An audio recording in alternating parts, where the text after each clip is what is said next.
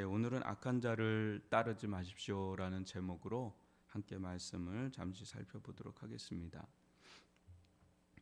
어제 우리가 잠언서에 대해서 좀 살펴보면서 여호와를 경외함이 지식의 근본이다, 지혜의 근본이다. 우리가 성경 전체를 다 꿰뚫어 보고 알기는 어렵죠. 그런데 마음에 여호와를 경외하는 것이 가장 중요하다.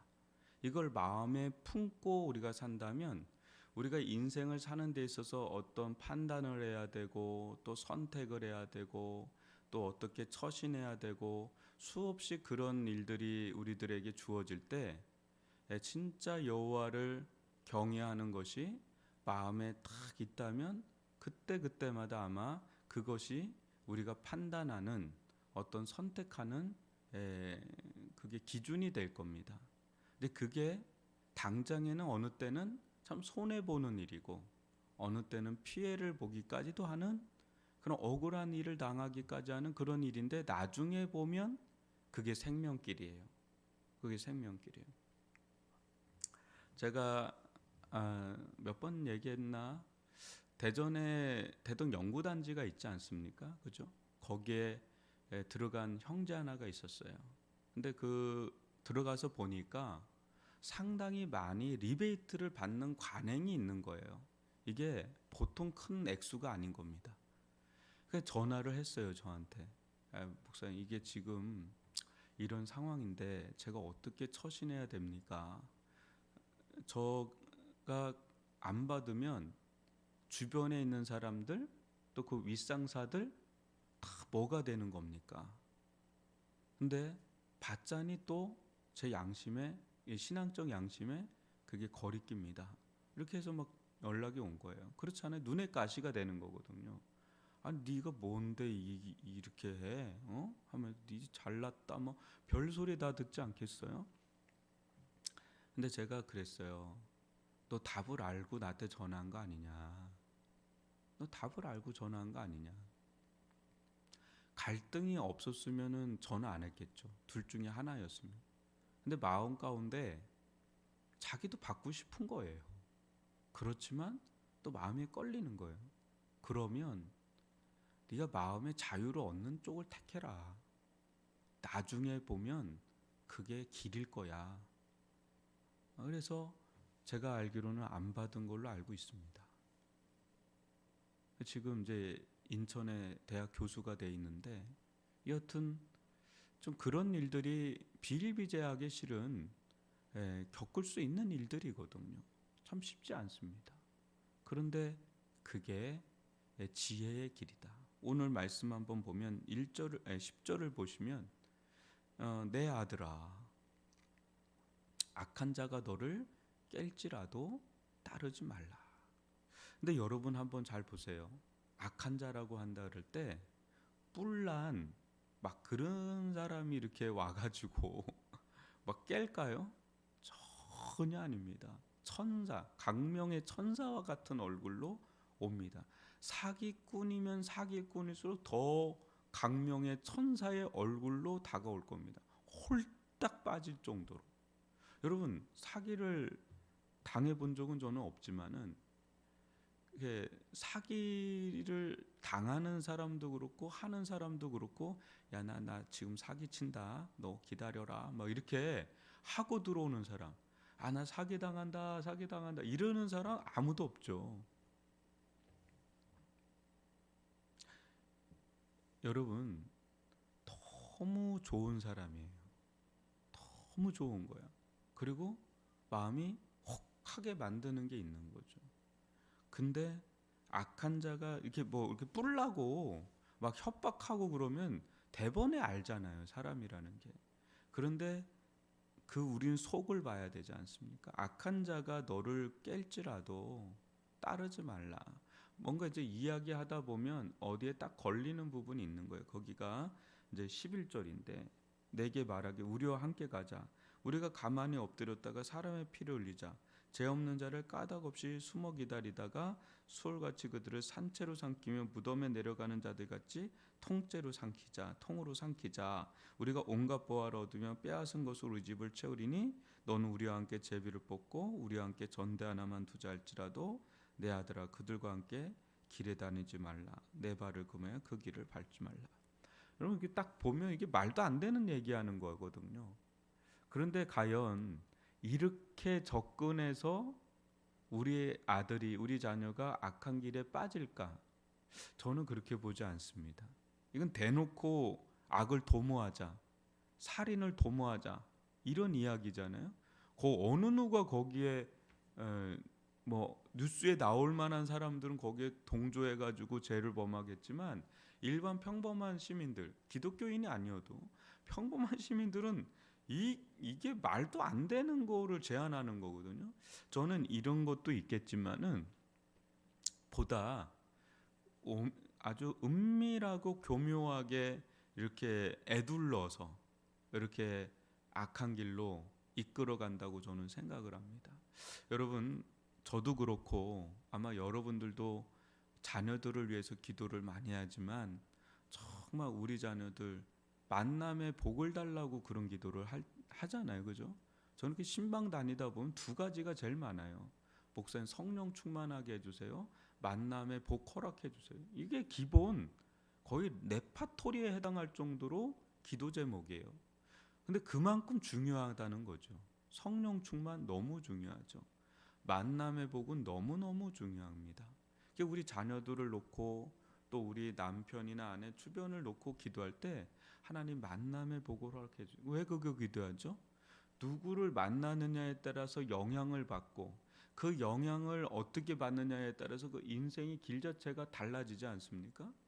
우리가 아무리 이야기를 해도 애가 신앙을 갖기가 어려운 자녀라고 하더라도 친구라든지 누군가를 만나서 정말 믿음의 영향을 받으면 그때 예수님을 영접하고 그 영향으로 더 성장하는 그런 경우들이 있거든요.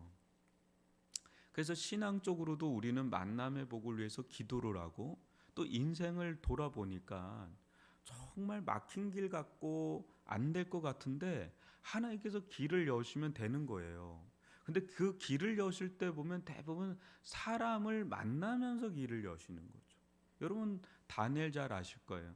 다니엘 분명 하나님 앞에 깨끗하게 서기로 결단합니다. 근데 1장에 보시면 다니엘서 1장에 보면 한간장에게 은혜를 입었더라 그래요. 요셉도 여러분 하나님이 함께하니 형통하더라 그래요. 그렇지만 또 간수장에게 은혜를 입었더라. 그런 대목들이 계속 나옵니다. 뭡니까? 하나님이 역사하지만 사람을 통해 역사한다는 말을 많이 듣잖아요. 그러니까 누구를 만나느냐는 너무너무 중요해요. 그런데 원치 않게 오염되는 사람들이 있습니다. 아주 나쁜 것을 전염시키는 사람이 있어요. 그런 사람 만나면 멀쩡하던 애도 이상해지는 거예요. 멀쩡하던 사람도. 요즘에 이제 마약이 굉장히 우리나라도 위험할 정도로 유통이 돼서 계속해서 나옵니다. 근데 제가 아는 지금 목사님인데 워싱턴에 있는 목사님인데 그분이 MIT를 나갈 때 졸업도 하기 전에 그때 당시 3만 불, 4만 불 정도 취직이 됐어요. 근데 친구가 코카인 있죠. 그거 한번 호기심이에요. 뭐 진짜 뭐 엄청나는 마약 뭐 그게 아니라 그냥 호기심에 그냥 한번 흡입했는데 그날부로 중독. 500배래요. 담배 500배니까 한 번 흡입하면 그대로 중독. 그 중독되니까 그 다음에 액상 마약으로 들어가는데 액상 마약 가면 그냥 끝나는 겁니다. 그거는. 지금 우리나라도 이제 그렇게 들어가고 있는데, 근데 그런 그 부모님은 세탁소를 하셨거든요. 생각해 보세요. 크리스찬 부모님인데 세탁소를 하세요. 또 우리 아들이 국가대표였어요. 유도 미국에. 야 땅땅합니다 사람이. 그 잘 운동도 잘해서 국가대표였지. MIT 나왔지.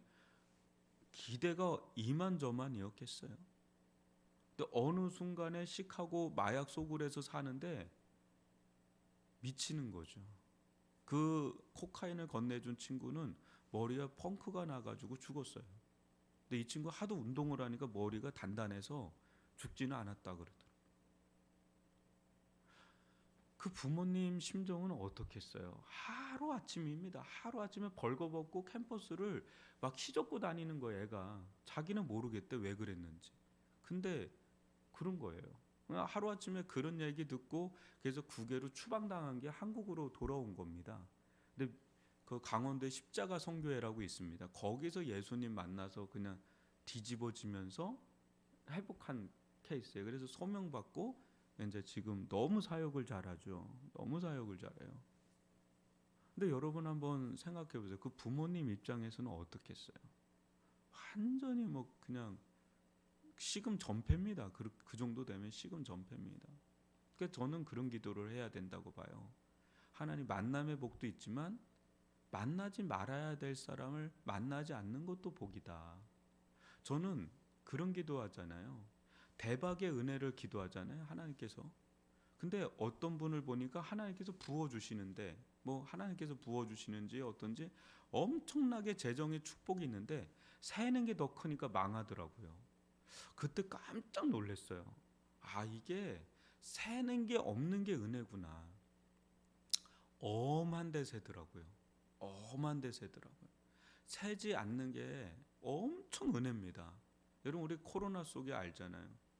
평범한 일상이 기적이라는 거 3년 넘게 우리가 경험하지 않았습니까? 진짜 아무것도 아닌 날이에요. 근데 어느 순간에 아무것도 아닌 날이 그렇게 그리운 날이 돼버리는. 그러니까 두 가지, 이렇게 긍정적인 적극적인 기도가 필요하죠. 하나님 부어주시는 은혜, 하나님 만남의 복. 또 하나는 이쪽도 기도해야 되는 거예요. 하나님 만나지 말아야 돼서 굳이 안 만나도 되잖아요. 굳이 안 만나도 될 사람 뭘 만나겠어요? 하나님 피하는 은혜 주시고 새지 않는 은혜 달라고, 그것 또한 우리가 기도해야 된다는 거죠. 근데 오늘 말씀에서 여러분 가장 핵심은 19절이에요. 한번 보십시오. 19절을 제가 읽어드릴게요. 이익을 탐하는 모든 자의 길은 다 이러하여 자기의 생명을 잃게 하느니라. 그러니까 여러분 무슨 말이냐면 지금 아주 노골적으로 표현을 하는 거예요. 그런데 이게 속의 이야기입니다. 그러니까 속에 이런 마음을 품고 접근하지 겉으로 이거를 처음부터 드러내고 접근하는 깨는 자, 속이는 자, 사기꾼들은 없어요. 속에 다 그거는 아주 웅크리고 있고 어떻게든 그 사람의 환심을 살려고 마음을 쓰고 막 그런단 말이죠. 그러다가 어느 순간에 본심이 딱 나올 때는 이미 딱 걸려버린 거야. 아무 때나 본심을 드러내겠어요? 아, 얘네 지금 본심을 드러내도 딱 되겠구나. 그때 딱 얘기를 하는 거지. 처음부터 그러면 다 도망가죠. 새가 굼을 치는 거 보면 다 도망가지요. 은밀하게 하다가 결정적으로는 속에 있는 본심을 나타내는 거예요. 그런데 뭘 보는지 알아요? 왜 우리가 걸리냐? 19절에 보면 탐하는 겁니다. 그네들도 아는 겁니다. 그네들도 아, 이익을 탐하는 마음이 얘 안에 있구나. 그러면 그거를 계속 부추깁니다. 아주 부추기는데 설계가 돼 있어요. 어떤 프로세스를 통해서 이거를 극대로 부추길까? 여러분 이전에 우리나라 전 국민을 대상으로 사기친 거 있잖아요. 조이팔 사건. 거기 있는 분들이 뭐 엄청나게 뭐 그런 분들이에요. 아주 별의별 사람들 다 있는 겁니다. 거기는 대학 교수서부터 해서. 근데 다 뭘 부추기냐면 이렇게 하면 된다, 이렇게 하면 된다 이거죠.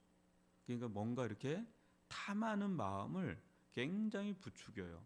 그러면 그 부추길 수 있는 말을 넣어주고 그게 마음이 부풀어 올라오면 그때부터는 마치 장작이 타듯이 이제 막 타는 거예요, 스스로가. 그럼 거기에 그냥 툭툭 던져주기만 해도 자기가 이제 더 안달이 나는 거죠. 여러분 이익을 추구하는 거는 필요한 겁니다. 나쁜 게 아닙니다. 그죠? 근데 탐하는 순간에 선을 넘는 거예요. 탐하는 거하고 추구하는 거는 좀 달라요. 많은 사람들이 그러잖아요. 투기와 투자는 다르다. 투기와 투자의 가장 큰 차이가 뭐냐? 투기와 투자는, 투기는 공부를 안 하고 투자는 공부를 한다, 그렇게 얘기를 해요. 그러니까 어설프게 막 사람들 얘기 듣고 하는 건 투기적인 막 그런 게 된단 말이죠. 근데 투자하는 사람들은 굉장히 공부를 합니다. 주도 면밀하게. 그리고 또 가치가 있고 사회에 기여를 하나, 뭐 여러 가지를 보고 투자를 해요. 근데 대부분 그렇게 못하죠. 그럴 시간도 능력도 뭐 잘 안 되니까. 그러니까 여러분, 이익을 탐하는 어떤 욕심이 잔뜩 들어가는 순간에 제어가 안 되거든요. 근데 경계해야 돼요. 이익을 탐하는 모든 자의 길은 다 이뤄야 자기의 생명을 잃게. 예를 들어볼게요. 비근한 예를 한번 들어볼게요. 나쁜 건 아닌데, 우리 교인 중에 갑자기 돈을 막 벌게 됐어요. 잘 되는 거예요. 사람이 어떻죠? 욕심이 생기죠. 이제 역량도 생기고. 그러다가 보면 이거 조금 더 하면 되겠, 나쁜 게 아닙니다. 조금만 하면 이게 더 열리겠네, 되겠네, 막 그래요. 나쁜 겁니까? 그 당연한 거예요. 네. 그런데 이런 경우가 있죠. 그러면서 어느 순간에 예배를 빠져요. 잘 섬기던 그 봉사의 자리에서도 빠지고, 심지어 개인적으로 그 전에 그렇게 하나님께 매달리고 말씀 큐티를 하고 기도하던 그런 모든 영적인 루틴들이 빠져. 왜? 너무 바쁘니까. 그리고 신경 쓸 일도 많아지고, 그리고 조금만 더 하면 저기 고지가 보여요. 근데 그 순간에 하나님과 관계 맺는 것들을 점점 포기해요. 그거를 포기하고 다른 거를 늘리는 거죠. 왜냐하면 시간이 없으니까. 어느 순간에 올라갔어요. 근데 하나님과 관계가 거의 희미해질 정도로 끊어져 버리는, 그런 것을 우리는 어떻게 봐야 되나 돌이켜보면, 왜 살죠? 무엇 때문에 그렇게 하죠? 해보면 이제는 오리무중이에요. 하나님에 대해서 이야기할 수가 없는 사람이 돼버려요. 그렇다고 뭐 엄청 뭐 죄를 짓고 그런 사람도 아닙니다. 그러니까 우리가 이 생명이라는 거, 하나님과 관계에서 오는 이 생명을 잃어버리기까지 이익을 추구한다면 자기를 돌아봐야 돼. 내가 탐하는 건 아닌가? 탐하는 건 아닌가? 존 파이퍼 목사님이 이런 이야기를 합니다. 여러분들에게 주어진 마지노선을 가져라. 생활에 필요한, 그러니까 절제된 마지노선. 나는 이렇게 살든 저렇게 살든 이 정도면 좋게라고 하는 정도의 바운더리를 정하라. 그 나머지 잉여 재산은 미션을 위해서 써라, 이거예요. 미셔너리. 그러니까 미션을 위해서 써라, 이거예요. 그럴 때 여러분들에게 주어진 그 물질, 그 재정은 사명의 날개를 달고 쓰임을 받는, 결국은 버는 것보다 하나님이 보시는 건 버는 과정도 보시지만 쓰는 거에서 결판 나는 거예요. 많은 사람들이 그걸 자꾸 놓치거든요. 쓰는 걸로 그 사람을 하나님은 판단하시는 분인데 요걸 놓치기가 쉬워요. 그래서 과정도 매우 정직해야 될 뿐더러 쓰임을 쓰기 위해서 우리는 버는 거 아닙니까? 쓰는 거에 대해서 정말 많이 생각해야 돼요. 버는 거 이상으로 쓰는 거에 대해서 생각하셔야 돼요. 거기에 사명이 들어가야지 그게 가치 있게 쓰임 받는 겁니다. 그게 생명이에요. 오히려 물질이 우리의 생명을 잃어버리게 하는 게 아니라 물질로 오히려 생명의 풍성함을 누릴 수 있거든요. 이제 그런 은혜를 누리는 거죠. 여러분, 좋은 사람 만나야 됩니다.